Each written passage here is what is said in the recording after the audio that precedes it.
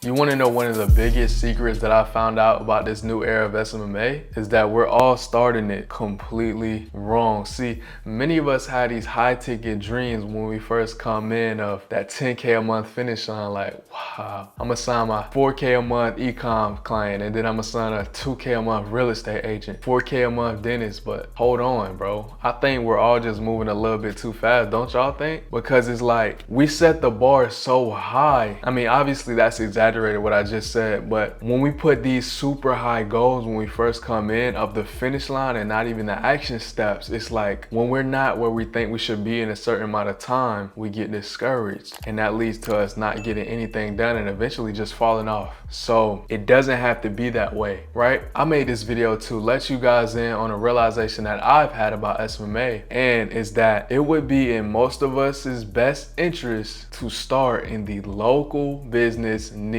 And how does that tie in anything that I just said previously? Well, let's dive in. So one of the things that I think in the SMMA space is going on right now, and it's probably been going on forever, because a lot of gurus and stuff, the way they teach these things, it kind of like we're jumping into the deep waters without even learning how to swim first. And what do I mean by that? So let's compare high ticket versus local business. So local business niche is, for one, you have about 50 local businesses minimum in your area right now that you could call up within, I don't know how much of a mile radius, depending on how big your city is. Well, first off, it's going to be easier to get them. That's the first thing you need to start even making money with SMMA, because they're eager. They're not getting targeted by a whole bunch of marketing agencies and stuff. They just want to simply grow their business a lot of the time. So that's a pointer. And then it's going to be easier to deliver them results, because, you know, it's a lot of people that have good services in their business. They offer good things, but it's just simply too little amount of people know about them because they are local. They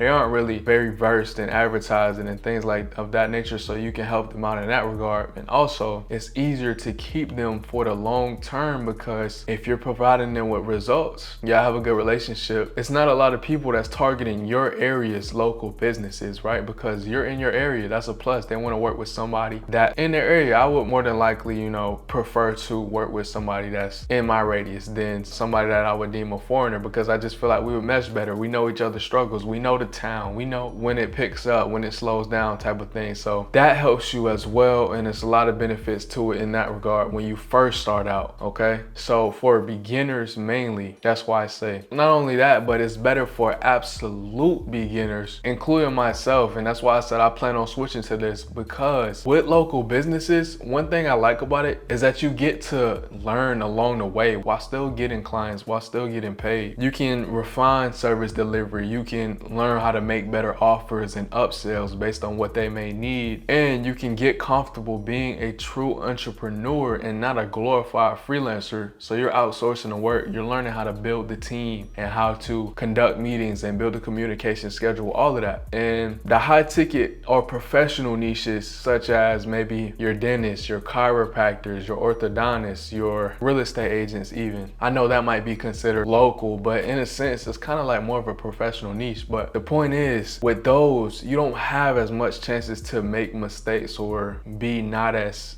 refined and be a little clumsy, if you will, for lack of better words, with the services and with your business, because they're more on point, especially like real estate agents. I know that's a very saturated one, and you kind of have to get yourself to a point where you're on point with your sales calls, with your cold calls, with your client acquisition and your service delivery. And it's no problem. Anybody could get that, right? But you know, the main problem with that is probably going to take you 9 to 10 months to get to a point where you're really flowing with that. And then by that time, there will have been so much time gone by when you could have just started local businesses, learned along the way, and then transition slowly into maybe a more professional or even e-commerce clients after that. Or maybe just sit right there at local businesses because you got a decent income. You can scale to 20,000 to 50,000 just in local businesses alone. And depending on how big you want to take this thing, if SMMA is not your only business venture, but it's your cash flow business, once you got that, you got everything outsourced and the business is running itself, then how I see it is I got time to start doing other business ventures. I don't have to get all of my money in SMMA. That leaves me time to go put it in the stock market, to go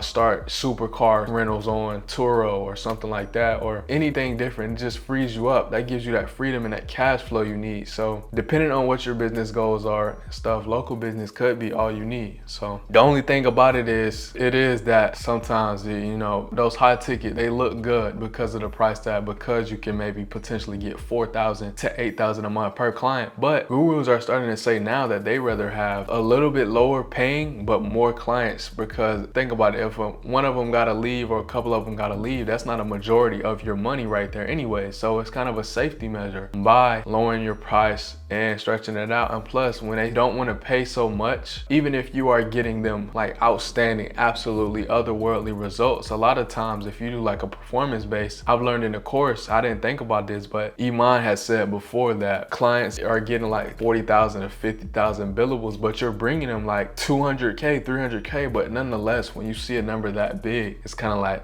do we really need this person? It feels like they're eating up your pockets, but it's not like that. So that's why you can do that. Local business, you expect to have to charge them a little less, because, you know, depending on your niche, maybe if it's solar, maybe if they get like $10,000 a month per transaction, then you can kind of work it how you want to. But all in all, bro, it's more chances and more time you have to put in to get new clients and stuff like that. So you just get better along the way. And as you guys know, I did the live cold calls for real estate agents, but one of the things that's got me to switch, or in the mentality of getting ready to switch now, is that nobody is talking about this in the space, but this is concerning to me, is that mortgage interest rates are rising, and this is pushing a lot of potential buyers out of the market. Like, I chose real estate to start off with because it was something that I would want to get into eventually, because, you know, there's a lot of wealth to be had in acquiring property and dealing with real estate and homes and things of that nature. But the interest rate is as high as it has been since 2008, right? It went really low for the pandemic because they were just printing money, right? And a lot of things was coming down because prices were falling. But now what higher interest rates means for the real estate is that when the interest rates go up, the monthly payments go up. And so that pushes people out from being able to afford it. And therefore, it's going to be harder to deliver those results or those leads for real estate agents that are really, really serious about buying a house and can get approved, because I know a lot of their headache can come from people that have to get loans or deal with financing, and that can slow up the deal versus people that want to pay in cash. And so it's going to be even less of those that can pay in cash, and it's going to be even more problems probably getting approved for houses of that nature. And so that, on top of already being a new person in the SMMA and the business space, it's like you're putting yourself to a double disadvantage and making it way harder for you to tap in and see results, see success, and get refined. And so maybe I'm wrong about that. Maybe real estate is doing just fine for SMMA business owners. Y'all let me know if it's any vets right now watching this video. Let me know what y'all think about that, because I have not seen anybody talking about that, and I feel like that's a valid concern. I say I'm trying to play chess, not checkers with this thing, so I'm thinking about steps ahead, how long I could keep a client, because even then, if people stop being able to buy as many houses, real estate agents can't make that sale, then they would really see no point in your marketing services, right? Because why would they stay with somebody if they're not producing results for them?